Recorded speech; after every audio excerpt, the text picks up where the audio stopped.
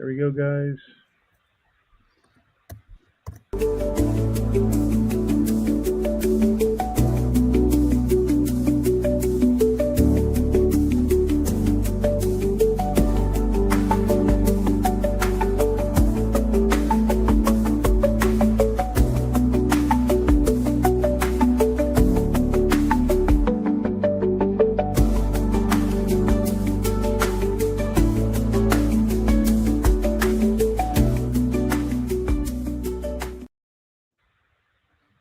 Good evening, everybody. This is Dr. Wiedemann, and I've got Doc G on here and Marvin Ropp, and we're glad to have you this evening. Did you both have a good Thanksgiving? We did. I did. Yeah. I was able to go out and see my son in California, and we had a campfire and had roasted marshmallows and weenies and potatoes and carrots and all kinds of good stuff. And then on Sunday, Shane and I went up in the Sierras and did four-wheeling for about 24 miles up in there, going way back in. And it was the most fun I think I've ever had, and good to see my grandkids and things like that. So how about you guys? Did you do anything fun over the holidays? Well, how about I smoked some turkeys and a big green egg. That turkey turned out just delicious. I'll tell you what, if you any gal out there listening to this show right now and you want to impress your hubbies, especially if he's a backyard griller, bless him with a big green egg. It's so much better than the Camp Chef or the Traeger or anything else. And I tell you what, that green egg, I cannot begin to tell you the benefits of it. It has a lifetime warranty, and they're not paying us for advertising this green egg at all. The best, Dr. Wiedemann, you've had a chance to taste some of the stuff off that grill. Oh, it's just been amazing, and I look forward to coming out there again sometime and having you roast another turkey or whatever, whatever you have. Nothing bigger than an elephant, please. So tonight we've got something new here. We've got a fundraiser going on because we're going to start a new blog. So we want to play this. We're going to play it twice. We're going to play it once in the beginning, once at the end, just so you get the message. Okay. I spent quite a bit of time working on this, so thank you. Go ahead. Hey there, I'm Brianna Johnson, and I'm proud to be working alongside Marvin Ropp and Dr. Robert Wiedemann on what I truly believe is one of the most important fundraising projects I've ever encountered. Imagine having one powerful word that names the invisible force keeping millions sick, compliant, and trapped in a broken system. That word now exists, coined after decades on the front lines by retired NUCA upper cervical chiropractor Dr. Robert Wiedemann, who has witnessed the heartbreak firsthand. Good people suffering and dying, not just from failed treatments, but from a deep induced medical dependence that blinds both patients and doctors to proven natural healing. Closed minds bordering on psychosis, fear of questioning the prescription pad, respected colleagues indoctrinated to ignore clear evidence, and vicious propaganda from sites like Quackwatch branding life-saving natural methods as fraud. This single word exposes it all. Supported by friends partnering in this mission, we are ready to launch it to the world, but only if the word is protected first. Without an immediate federal trademark, it can be stolen, buried, or silenced forever. The cost is just $800 to $1,200. Every dollar contributed goes straight into a dedicated trust fund earmarked exclusively for the USPTO legal protection, with any amount raised beyond the goal supporting ongoing expenses to keep spreading the truth. Time is critical. The window is closing fast. Pause right now, feel the urgency, and take action. Send $20 or more immediately via Cash App to $Docsword trademarked or to phone number 4062-703754. One small contribution from you today can help free millions tomorrow. Do it now. The world is waiting, and the truth deserves to win. You won't regret it. Thank you for stepping up. Wow, that was really good. Powerful message, isn't it? Very good. Very, very good. Yeah. So, yeah, as soon as we get the thing trademarked, our blog is going up, and we're going to be gathering stories, we want to have this, a blog that we're going to gain information from, because we're going to have a book to follow. and I've got the name for the book already. So everybody, all you have to do is give a little bit, and many hands make light work. So what do you think of that, Marvin? Excellent, excellent. Now that's what that's the work of AI, huh? Yeah, yeah. Mm-hmm. And so all I can say is this: is that we got to get this information out. And there's a biblical verse, and I always quote this, Revelation 18:23, and I want to put it up on the comment section here, and it goes right along with what Dr. Wiedemann is talking about. For by thy pharmakia, or by your magical spell, that's the NIV version of it. The Greek word is pharmakia. All the nations were led astray, and so that Greek word pharmakia is where we get our modern day term pharmacy from. You can go back and back in the older dictionaries, you can find this word pharmacy, and you can actually, it tells you the root word where it came from. Pharmakia is actually the Greek word, means the use and administering of drugs. And recently we had some, well, just recently, a Hollywood star was butchered by his son. He was on psychotropic. Kidding me? Yes, Rob Reiner. Rob Reiner was killed this yesterday. You're kidding me. This is terrible. Actor Rob Reiner him and his wife were butchered by their son because he had an addiction problem, and he had all kinds of issues. It's on the news. And so my point is this: a lot of these people who are engaged in mass shootings, whatever, are also on psychotropic drugs. This is unnecessary, absolutely unnecessary. So if you know somebody that's struggling with mental health or psychotropic is on psychotropic drugs or anxiety, things like that, please, by all means, the body wasn't born psychotropic. Right. The body was born normal. Marvin, the thing with it is, health doesn't come from the outside in. Remember my saying, anybody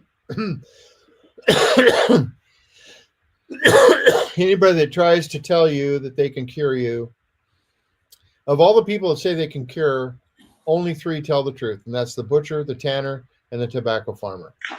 And the reason for saying that is simply this: we have inherent recuperative powers to our body. Our body can heal itself.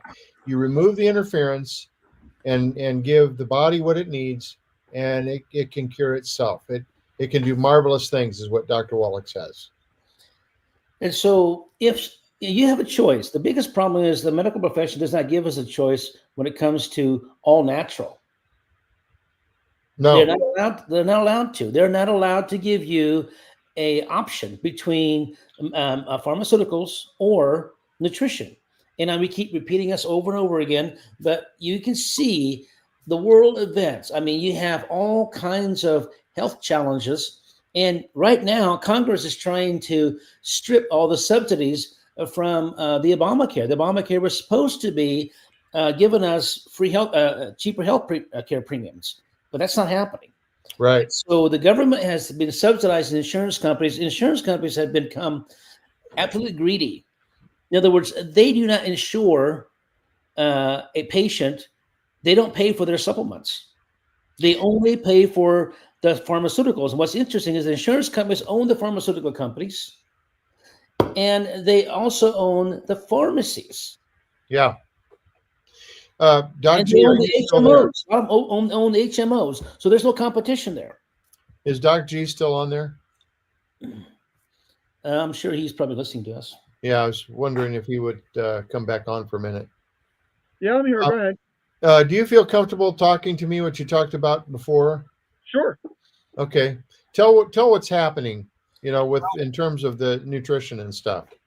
Well, put it in layman's terms for everybody. My wife's having a little medical problem, mentally issues that are stemming from a lot of her whatever environment or whatever you want to call it.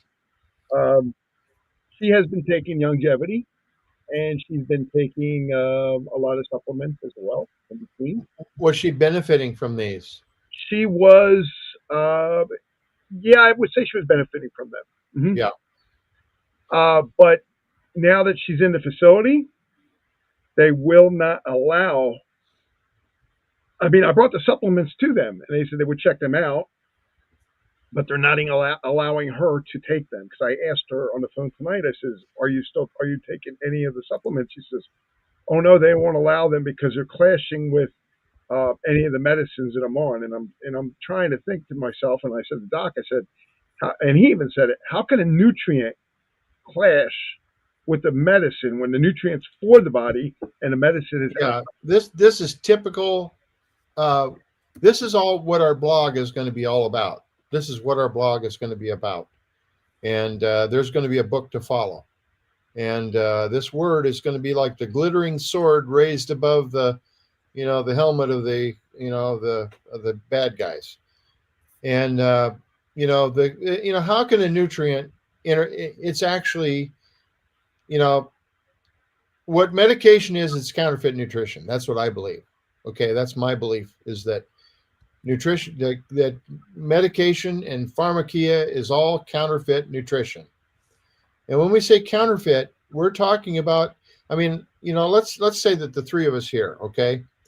Now, let's say that Marvin's the banker, okay? And let's say that you, Doc, are I owe a bill to, okay? Only, let's put it this way.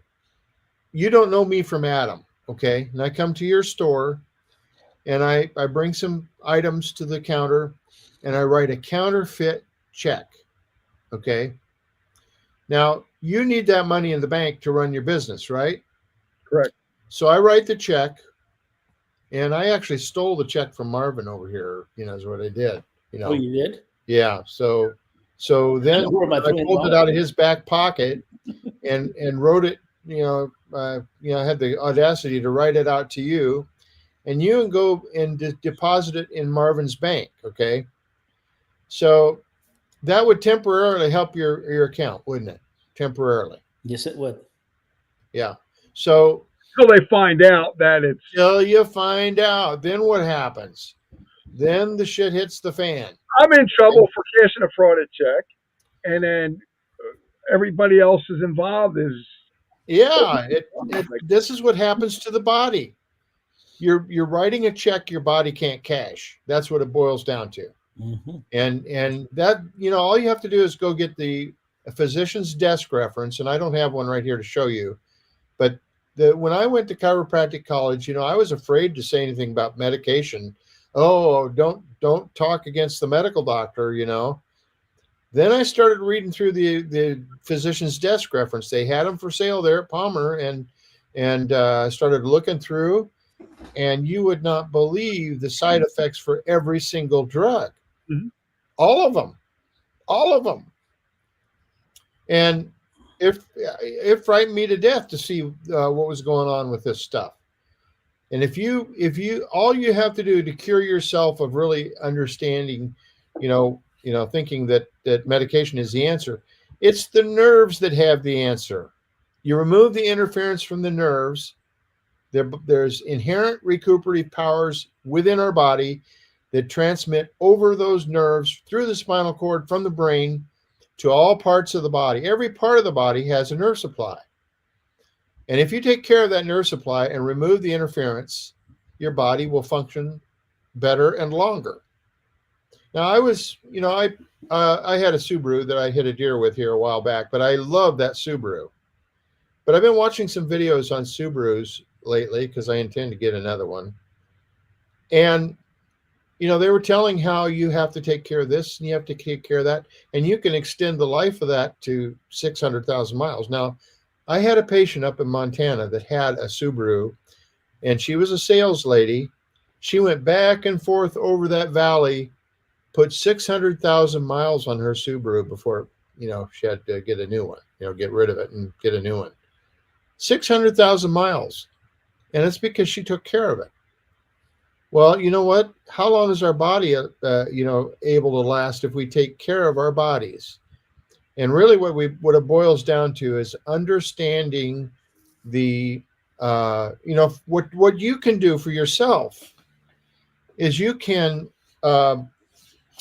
you can learn to recognize the symptoms of mineral and vitamin deficiency. That's really what Doc's message is, just in a nutshell, right there. And that's what our website is all about. That's where the getdocsminerals.com. Now you can't reach that right now because of some various things. So we have another one called getdocsmessage.com that we're doing right now.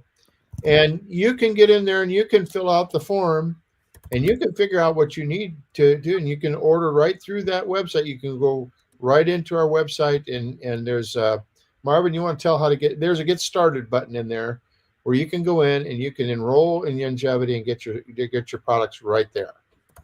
And the best way to do it is through this website, because you're not going to buy more than what you need. You're going to get what you need, but you're not going to get more than what you need. Okay. And if you watch the videos in there on how to do it, it will function for you. But other than that, find a good NUCA chiropractor. Why NUCA? Well, simply because I want to tell a little bit of the history behind the development of the upper cervical spine. Now, when I went to Palmer College of Chiropractic, my first introduction was actually, I should tell the story about how I became a chiropractor. Should I? Sure. When's the last time you told us that story? Pardon? When's the last time you shared that story with us? Oh, I don't know. I don't think I've ever shared it on here. Okay. When I first got married, I busted tires at Goodyear, and for $1.60 an hour. And of course, that wasn't a very good income. So I started applying for Hahn Industries there in town. That was in Muscatine, Iowa. Hahn Industries is a manufacturer of all the desks and chairs and things like in an office. Your filing cabinets and desks and chairs, they're all made by Hahn Industries. I remember going back time. I went in several times to apply. I applied every day for a while. They finally hired me, and I had a pretty good boost in income. I was making $3 and something an hour, and I was walking in tall clover. Okay, well, I worked at the Geneva plant, what they call the Geneva plant, which was the chair line. I was a machinist working on a machine that made arms and legs for chairs. It was called a bender. And the very day that I first saw that machine, after I saw it, I left. And this guy by the name of Red was from New York. He was a maintenance guy, stuck his hand down in while this thing was clamping and cut all of his fingers off. Ew. And, you better believe that I was pretty careful with that machine, when I was working with it. And I actually developed a system. See, they would make right side. You'd have to reset the machine for every different type of thing that you made. And they would time you, it would time how much. They figured you should be able to work at 120% of what was normal. And they would give you incentives for 120%, up to 120%. So they would allow you to work at what they considered 120%. They did time and motion studies. Well, I think it was the right hand arm of the chair, I figured out a way of making it setting it up so it would do twice as fast. And I was cranking out those arms, and I was making some money on that. Of course, they came and redid the time study and saw how I did it, and so it's back to 120%. Well, anyway, across the aisle there was two businesses in one building, which is very common. One was the prime mover. They would make these forklifts, and they would make things where they could lift pallets and move them around. It was basically that's why they call it prime mover. Well, across the aisle in the prime mover section, the guy that ground off all these finished products prior to painting was named Gene Nobles. Now, I grew up with this kid, and we'd sit down and have lunch, together, because he was a member of my church. So we'd sit down and have lunch together. And he'd look at me. Now, when I was a kid, they called me Robbie. Okay. All the older adults called me Robbie, and things like that. I don't get called that anymore, but anyway, he'd sit down and he'd look at me and say, Robbie, you can't do this kind of work all your life. You got to do something where you're helping somebody. And so I started praying about it. And about a year later, I got moved to another part of the plant where I started on the paint line. Okay. And I didn't just paint. I also did some other things, but I became a painter. And every weekend, our church would have an afternoon ball game. And they would actually have a potluck with it. They had this marvelous table. The thing I remembered about it was the sour cream and cherry pie. Oh man, it was just to die for. I mean, it was a custard pie, like with cherries on top. Mhm. Oh, that was my favorite. It had a graham, not a graham cracker cuts. They had a crushed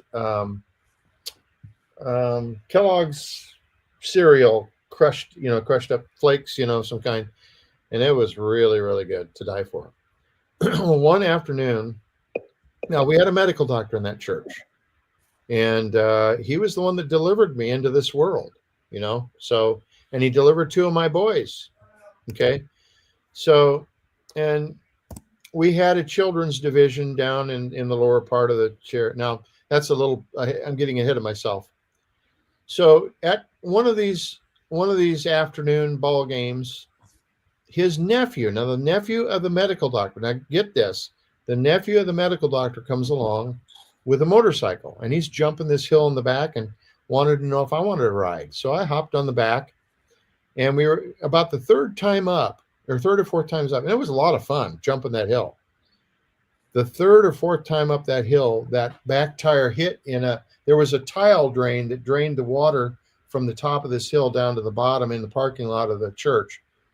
And he jumped up that, and that hit like that and jammed my back really, really, really hard. I mean, I was in terrible pain. It threw me off the back of the motorcycle, and they had to get the ambulance and take me to the hospital.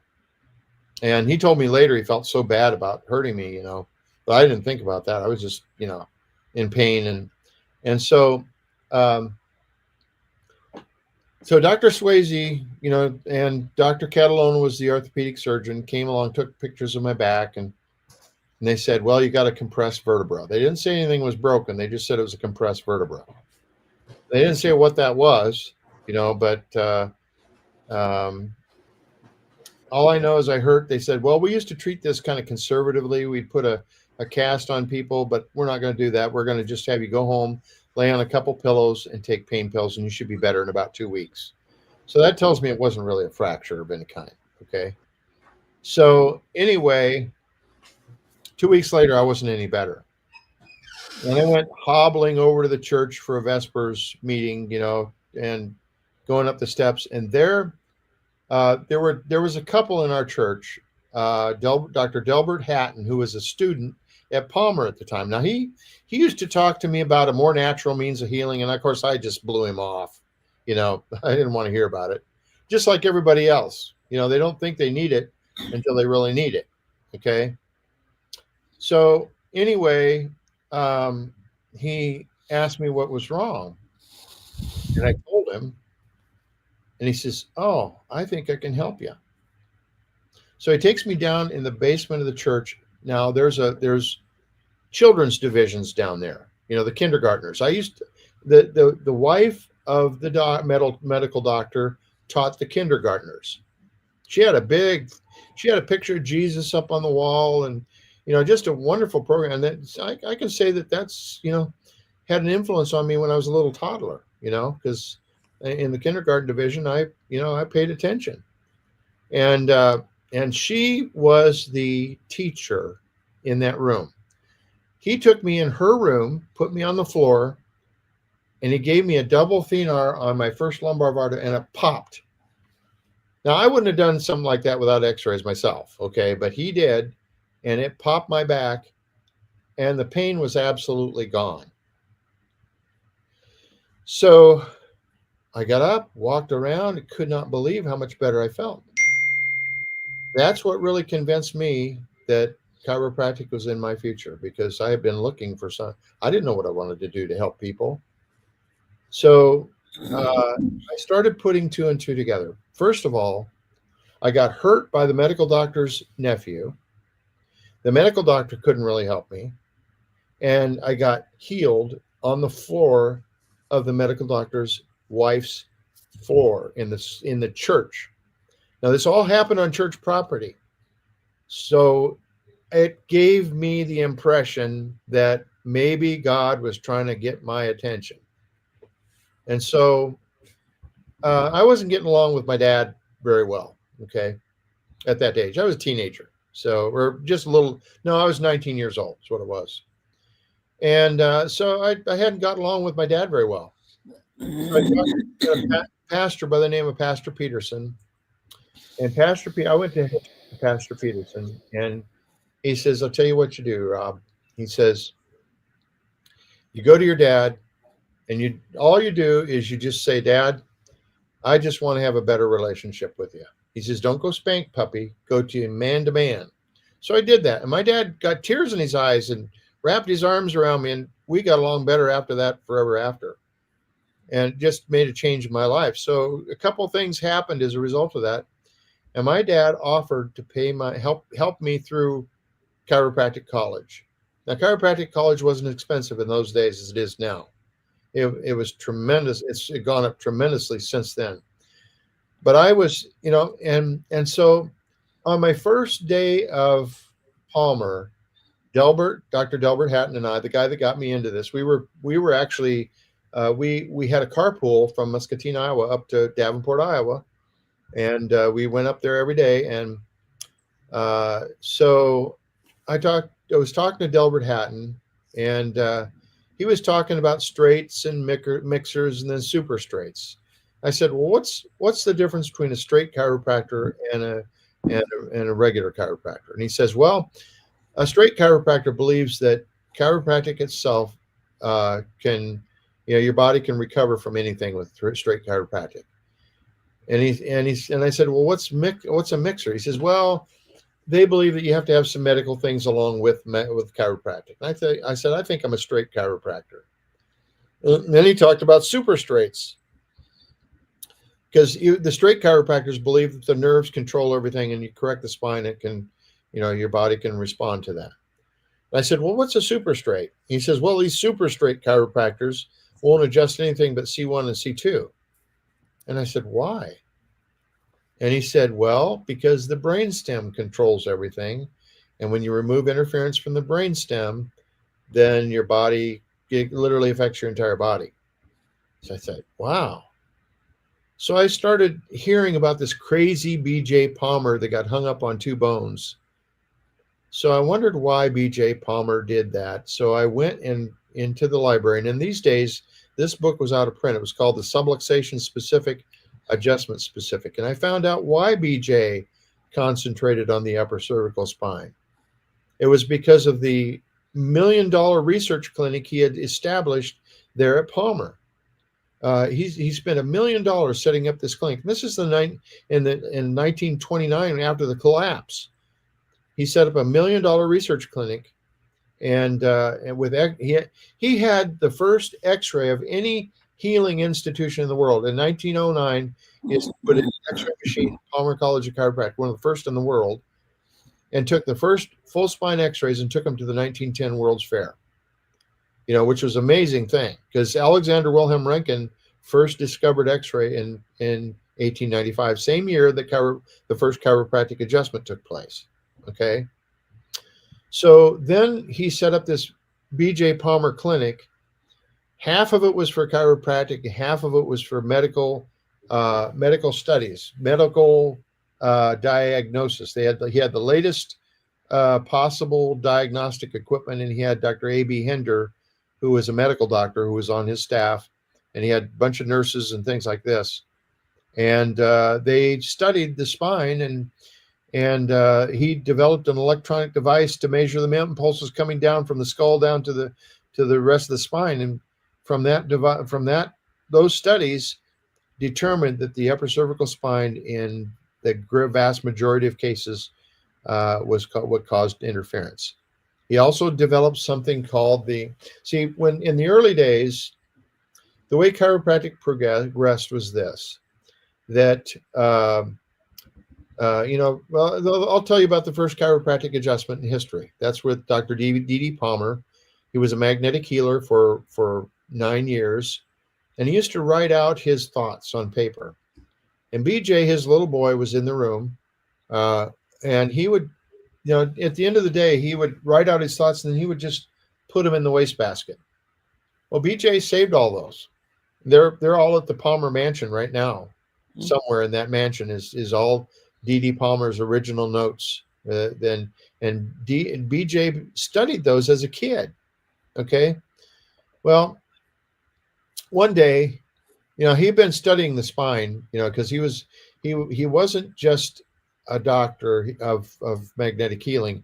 He actually studied. He was a student. He was a self-taught man. He's very brilliant. And he studied in Gray's Anatomy. He studied physiology. And he had heard about Alexander Wilhelm Röntgen developing the X-ray. And also, he heard about Speransky. Now, Speransky discovered that nerves carried electricity. So that's where he got the idea that, because, as he did his magnetic healing, he noticed that if there was a painful leg or painful arm or a painful organ, he could trace those problems back to the spine. And so he started wondering about the spine. He started studying the anatomy and the structure, because he felt that structure and function were related. Somehow they were related. Okay. He saw too many people that way that came to him. Okay. So one day he's studying after work. He hears commotion outside of his office, loud laughter. So he goes out there, and there's Harvey Lillard. He's hard of hearing, is all get out. And he's telling jokes with some other guy, and D.D. Palmer had a book in his hand, probably Gray's Anatomy. And he joined in telling jokes, and he hits Harvey over the back, slaps him with that book. And Harvey says, Dr. Palmer, for a minute there, I could hear better. So he says, well, you better come in here. I want to check you out.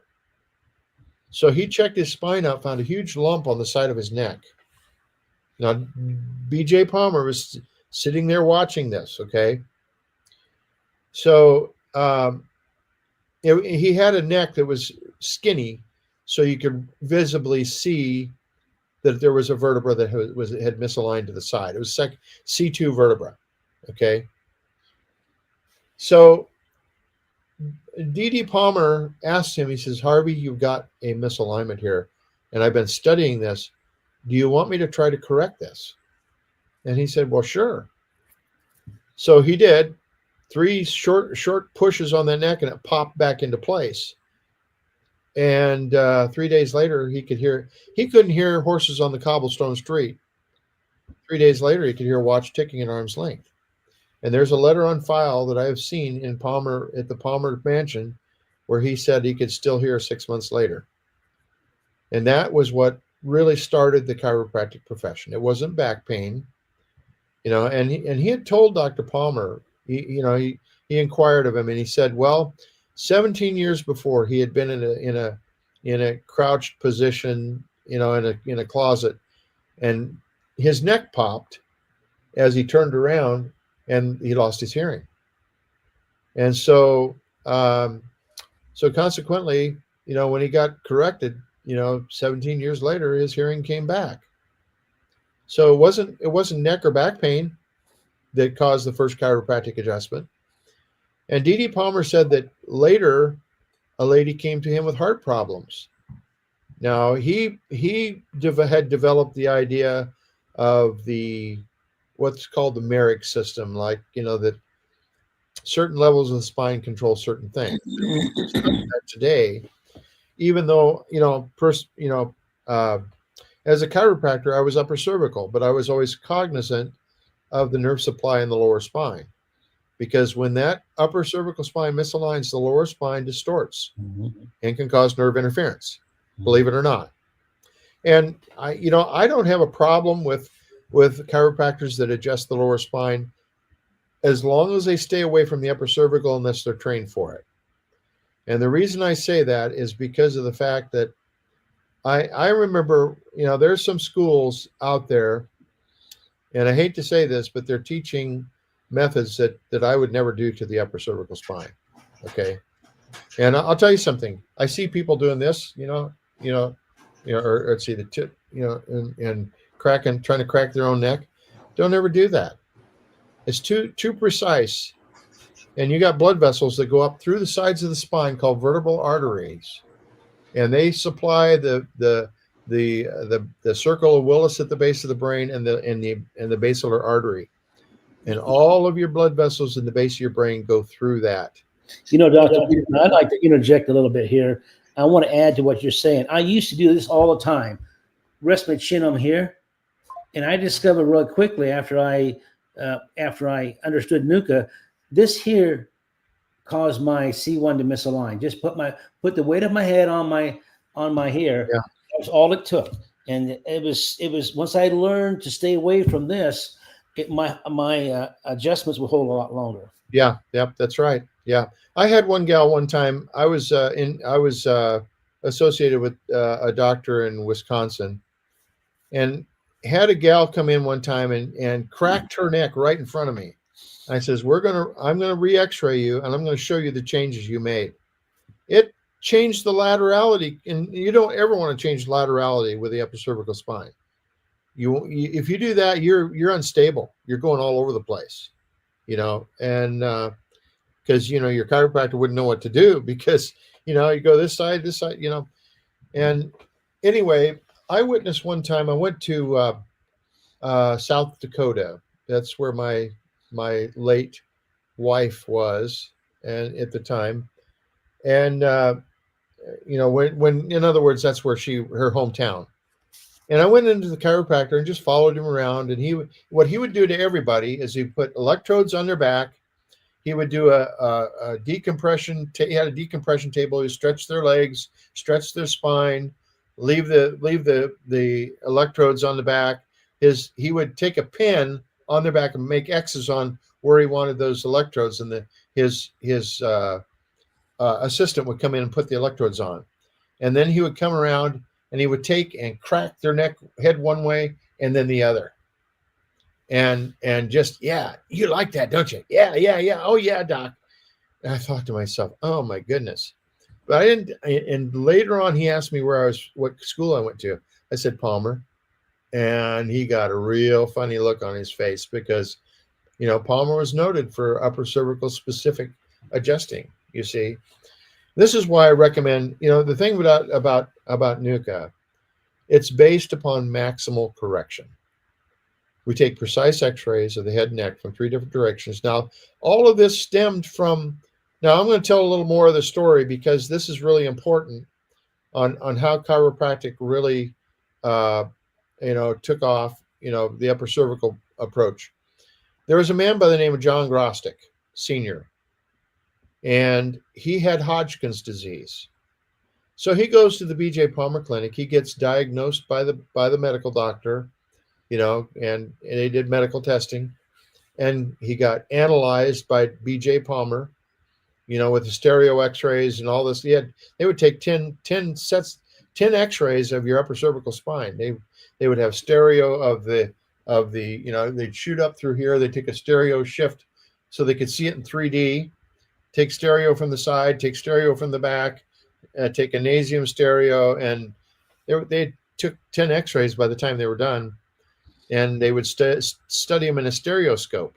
And BJ also would take a magnifying glass just to try to get the 3-dimensional of a flat film, Anyway, BJ had the ability he had a sixth sense about determining misalignment. He could actually see. In fact, and here's another thing, there's something called the wet specimen at Palmer College of Chiropractic. Now, this is clear back before we had MRI and had CAT scans and things like this. And this is pre-World War II Germany. He went over to Dresden, Germany, and there was a doctor over there who he took a guy after death and went in and anchored his Atlas to his skull and his C2 to his C1.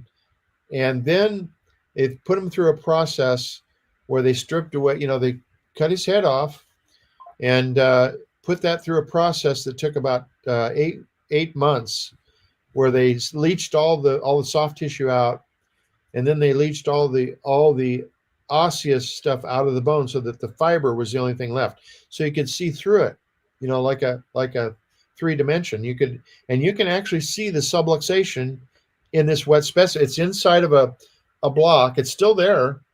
It's in a fluid, and you can turn this around and see from different angles the 3-dimensional aspect of a subluxation.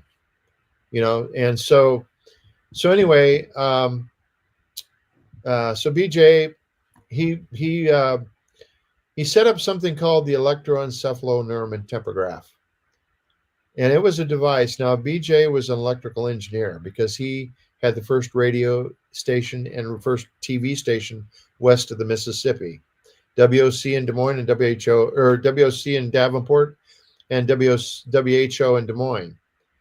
And by the way, Ronald Reagan was, BJ Palmer was Ronald Reagan's first boss. He became a sportscaster for WHO and worked for BJ Palmer. So he knew about chiropractic. Okay.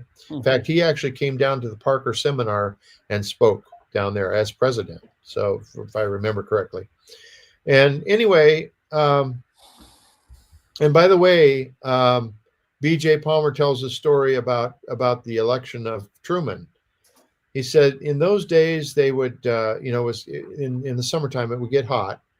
And of course, you see in Iowa, the Iowa always had the caucus at that time. And Dewey, the guy that was running against Truman, said, well, we don't need to go to Iowa. Republicans always win Iowa. So he skipped Iowa with stupid thing. But anyway, with WHO, they had BJ Palmer promoted this thing where they would take these farms that were run down and, maybe there was misfortune with the farmer and stuff like that.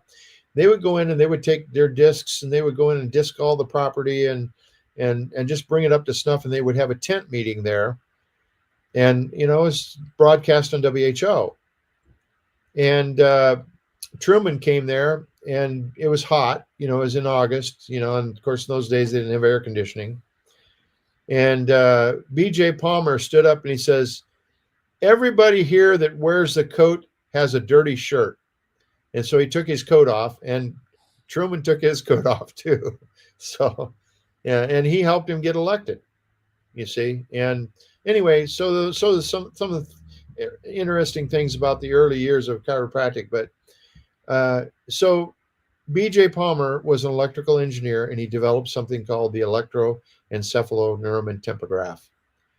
And that electroencephaloneuromentograph was a device where you would lay prone, the patient would lay prone, and they had these rods that would lay, they had guides on them, and they just rested on the surface of the skin. They didn't poke the skin, but they had electrodes on them, and they measured the amount of current coming down there. And they read it in 3 different ways. They had an oscilloscope, they had a pen writer, and they had sound. So they listened to it audibly, they looked at it visually, and they recorded with camera the impulses coming down from the spine and studied it that way. And he determined from that the upper cervical subluxation was the one causing the interference. Now, this thing was so sensitive, it had 1 foot thick iron walls. Because he had a broadcasting antenna overhead from WOC in those days. It was not an upright thing like we have today. It was like a dipole. They strung along from one building to the other. And they had a radio in there, and it was plugged in. When the doors were closed, you couldn't hear the radio. It would make no noise until you opened the doors. Or if there was a wire leading in from outside, then you could hear the radio would play. But he said that when those doors were closed, it totally insulated, and yet an individual walking past would affect the person in there. You could see you see the reaction on the oscilloscope and on the pin writers. Yeah, they was so sensitive, and that just shows you how much influence we have over one another just being around each other. You see, so but he determined that the vertebral subluxation causes nerve interference to all parts of the body. He in his research he did. These were all these were all. Now there was something else that was devised. It was called the neurocalligraph. Now, I was able to be trained on the neurocalligraph by Dr. E.L. Crowder. Now, E.L. Crowder had been in World War II. He was a bomber pilot. He flew. I said, "What kind of planes do you fly?" He says, "I flew everything." So he flew B-24s, B-17s. He flew his. I have a picture of him with his crew beside Thumper. It was a B-24 named Thumper. So. But anyway, he had a decision to make when he left the Army. What am I going to do with my life? And he had a choice between chiropractic and he actually check rode for United Airlines, and he actually decided to become a chiropractor instead. So he attended Palmer College of Chiropractic, and he became one of the elite upper cervical men. He was a tremendous. We had what we called the toggle recoil. Now the toggle recoil is very fast. There's no depth of drive to it really, because it's not traumatic, but you have to do it correctly. And I learned under him how. In fact, some of the guys at the Delta Sigma Chi told me that I had lightning fast toggle recoil. I was the fastest toggle in the West. So, but anyway. I eventually ended up. I had some situations with my blood sugar, and Dr. Crowder didn't seem to be able to get it to correct it, and so I had been studying. Well, let me back up. I wanted to tell the story of Dr. Grostic. Dr. Grostic had Hodgkin's disease, came to B.J. Palmer, and as soon as he got adjusted, he went into remission. And so he went to Palmer School of Chiropractic and became an upper cervical chiropractor, and started practicing in Ann Arbor, Michigan. And there was another chiropractor, a guy that became a chiropractor, Dr. Ralph Gregory.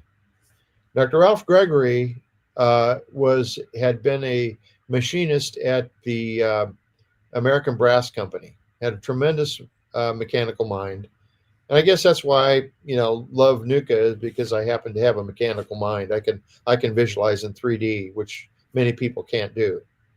Anyway, Dr. Ralph Gregory got a piece of brass in his finger, and they pulled it out, but it wouldn't heal.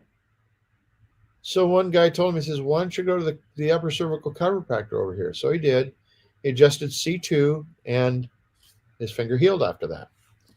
So he was pretty impressed with that. So he goes down to Palmer and becomes a student there.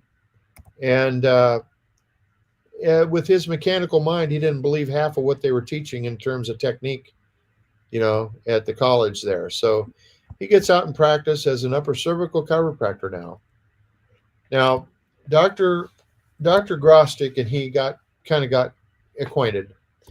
Well, Dr. Grostic had gone all over the place trying to find somebody who could adjust him, and he hit his head on the X-ray machine in his office, and ended up having to go down to he went out of remission from Hodgkin's, and so he goes down to the B.J. Palmer Clinic again and watches everything B.J. does with his X-rays and things. And he says, "I think I can figure out a method of precisely measuring this misalignment so that everybody can do this." And so he started figuring things out. and goes back and shares it with Dr. Gregory, and by golly, Dr. Gregory could adjust him. So they started with the toggle recoil, and they ended up with the triceps pull, which is much gentler, okay, and much more precise. And basically, they developed the system that we have today. It was called the Grostic technique to begin with. And when Dr. Grostic passed away in the late 60s, I think it was, or early 60s, I don't remember.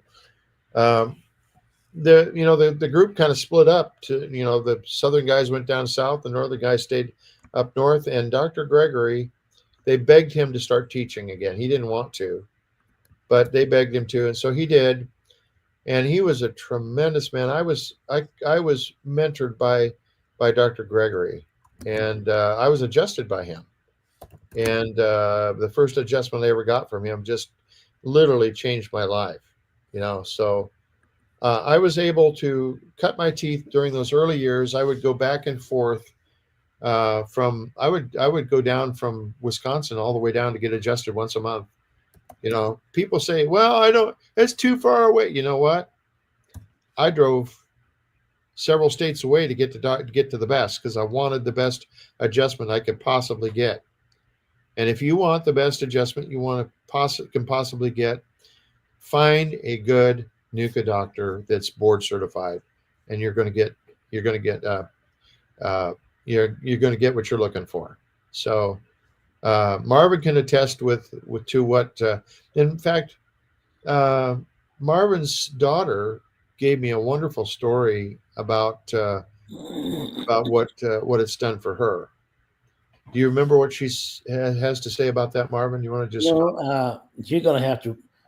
We had so many success with NUCA that I can't remember which ones you're talking about. So go ahead, and if you start talking about it, I might be able to recall what she said. I don't remember exactly what she said, but she said that it was the one of the things in her life that she knew that she could tell that she needed to be aligned, because she was in martial arts and stuff like that, so she just performs better. See, and the thing with it is, it's all about human performance.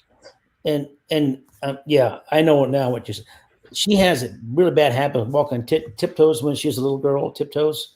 Yeah. And so basically in martial arts, you have to be able to flat-footed. You cannot do tiptoes. So what ended up happening is this: she noticed that if she's misaligned, she has a subluxation misalignment in her C1, she does more tiptoeing, and it's more difficult for her to do the martial arts technique. Now, she's a black belt. She got her black belt when she was 16 years old, but she still had to, she knew right away if she's out. And we'd go to the NUCA doctor, Dr. Dawson here in Draper, Utah, and he would adjust her.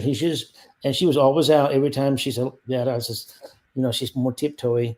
And so we get her adjusted. Now, my son is totally different. If he starts to stutter, that means that his atlas is out. And when his atlas is in proper alignment, he doesn't stutter, or he doesn't run. Well, I say running over his words. He's, some people, the mind, the thoughts process goes so much faster than the tongue can actually express itself. Yeah. They stumble over the words. So it sounds like they're stuttering, but they're not. They're actually stumbling over their verbal expressions.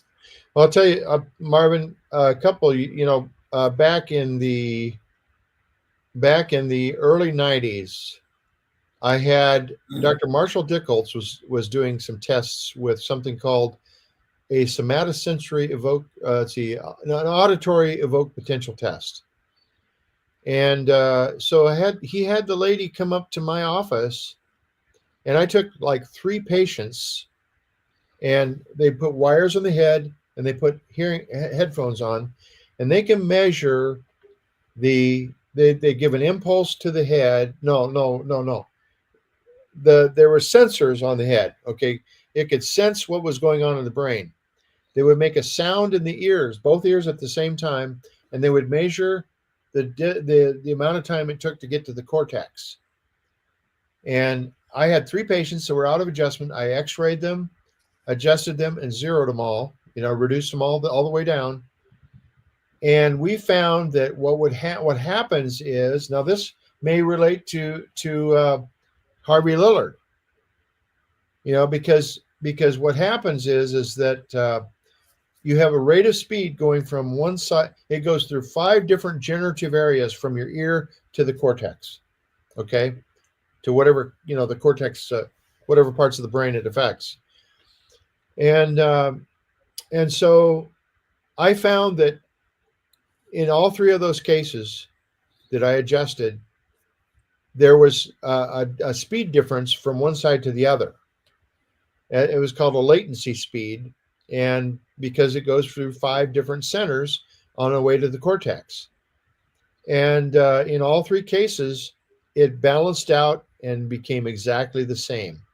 So I believe that people out of adjustment sometimes are, have you ever talked to somebody that doesn't understand what you're saying, can't comprehend what you're saying?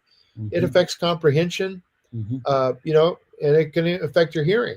If you're hearing the sound from one ear faster than you do the other, and see, then you have the corpus callosum, which is in the middle of your brain, that your brain compares what it's hearing on both sides, and it brings about the stereo effect. Okay, so it can really affect that. And I've never tried somatosensory evoked potential testing. I'd like to sometime, because what they do is they put wires on the body and wires on the head, and that they do is they evoke a potential down, they shock you or something, and your brain reacts to that. So they can see a difference there also. Now they use these things to study things like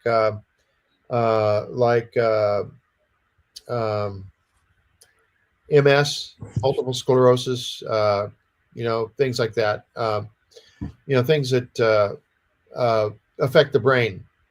And Dr. Wiedemann, multiple sclerosis, believe it or not, is a subject that we're going to be pick up next week. And when it comes to essential fatty acid deficiencies, and Right. basically multiple sclerosis is nothing more than demineralization of the brain, of the nerve, the fat off the nerves from the brain all the way down to the tip of your fingers. Yeah. That's all it is. So I see that our time is short here. Do you want to play that thing again, our fundraiser? Please, folks, if you are inclined to, just give $20 to this link, okay, and whatever. Hey there, I'm Brianna Johnson, and I'm proud to be working alongside Marvin Ropp and Dr. Robert Wiedemann on what I truly believe is one of the most important fundraising projects I've ever encountered. Imagine having one powerful word that names the invisible force keeping millions sick, compliant, and trapped in a broken system. That word now exists, coined after decades on the front lines by retired NUCA upper cervical chiropractor Dr. Robert Wiedemann, who has witnessed the heartbreak firsthand. Good people suffering and dying, not just from failed treatments, but from a deep induced medical dependence that blinds both patients and doctors to proven natural healing. Closed minds bordering on psychosis, fear of questioning the prescription pad, respected colleagues indoctrinated to ignore clear evidence, and vicious propaganda from sites like Quackwatch branding life-saving natural methods as fraud. This single word exposes it all. Supported by friends partnering in this mission, we are ready to launch it to the world, but only if the word is protected first. Without an immediate federal trademark, it can be stolen, buried, or silenced forever. The cost is just $800 to $1,200.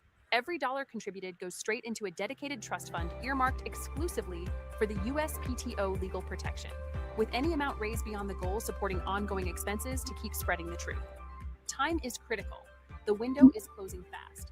Pause right now, feel the urgency, and take action. Send $20 or more immediately via Cash App to $Docsword trademarked or to phone number 4062-703754. One small contribution from you today can help free millions tomorrow. Do it now. The world is waiting, and the truth deserves to win. You won't regret it. Thank you for stepping up. I've donated already myself. I did. Well, we're going to have to see how it works. Yeah. Sometimes you gotta test. Excellent. What's that? Sometimes you got to test the system to make sure it works. That's why. Yeah. Absolutely. Well, Dr. Wiedemann, we had a good evening here as far as getting the history of chiropractic. I think a lot of people need to understand, how NUCA started, where it comes from. And for me, I grew up with chiropractic healthcare, but never understood what NUCA was until 2014, when you and I met in Davenport, Iowa. And I was just completely I'm an engineer. And so when you start describing to me the structure function of the spinal column and how a building's footer and foundation maintain the structure of a building, if it's not plumb and square, it's not going to be plumb and square at the 120th level. The same concept as your atlas is out, the rest of the spinal column is not able to maintain structure function properly.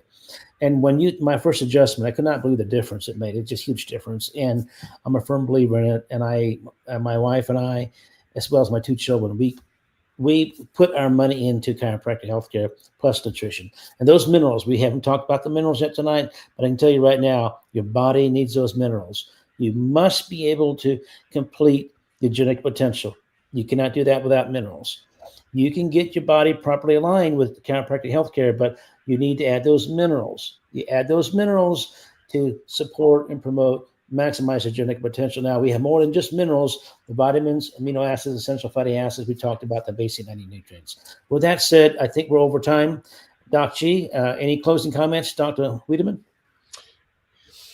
Well, basically, I didn't really intend to go through this whole story, but I'm glad I did, because sometimes people just need to hear the beginnings of chiropractic and the beginnings of why I believe God led me into this. I really believe that. Gave me a skill. And people out there, I want you to know that I'm planning on returning to practice. Okay? I have too much skill to let this go by the wayside. And it's just a matter of time. And I'm going to be returning. So I'm going to put that out there. Please send something into the fundraiser. Marvin and Doc G, please share that video I sent. Doc G, you can probably put that on the air someplace, can't you? Yeah, I'm going to record the audio and put it on probably tonight. To be on for the weekend. Yeah. And I'm also going to have some other things ready for you probably this week. So send them to me, Doc. Yeah, I will. Just send them to me. That's all. Yeah. Okay, so everybody, did you want to say anything else, or you're good? No, that's it. That's good. I'm good. Yeah. So go ahead and close off with your famous quote, Dr. Wiedemann. Okay. Of all those who claim to cure, only 3 will tell you the truth. That's the butcher, the tanner, and the tobacco farmer. Excellent. I love it. We'll see you next week. Next week, we're going to dive back into where we left off. We want to get back into identifying the symptoms of lack of essential fatty acids. And that goes right into, we talked about multiple sclerosis. And so we're going to talk about all these issues that develop when we're not getting enough good fats and or not absorbing those good fats. And so a lot of you may want to be back on here next Monday. Same time. One of the things I want to close off with, Marvin, is that many of these problems are affected by both nutrition and structure and function. Mm-hmm. And the thing with it is that there are so many things that cross-reference that it becomes, longevity actually becomes the best ally of chiropractic, and chiropractic becomes the best ally of longevity. And if there are any chiropractors out there, I encourage you to learn how to use this website and incorporate it into your practice, because you will multiply your results. Believe me, by incorporating the proper vitamins and minerals into the patients so that their bodies can heal themselves. And we are looking for chiropractors who want to team up with us so we can bring you clientele. We will, if you are a chiropractor and looking to increase your clientele, you get on board with us and we will recommend.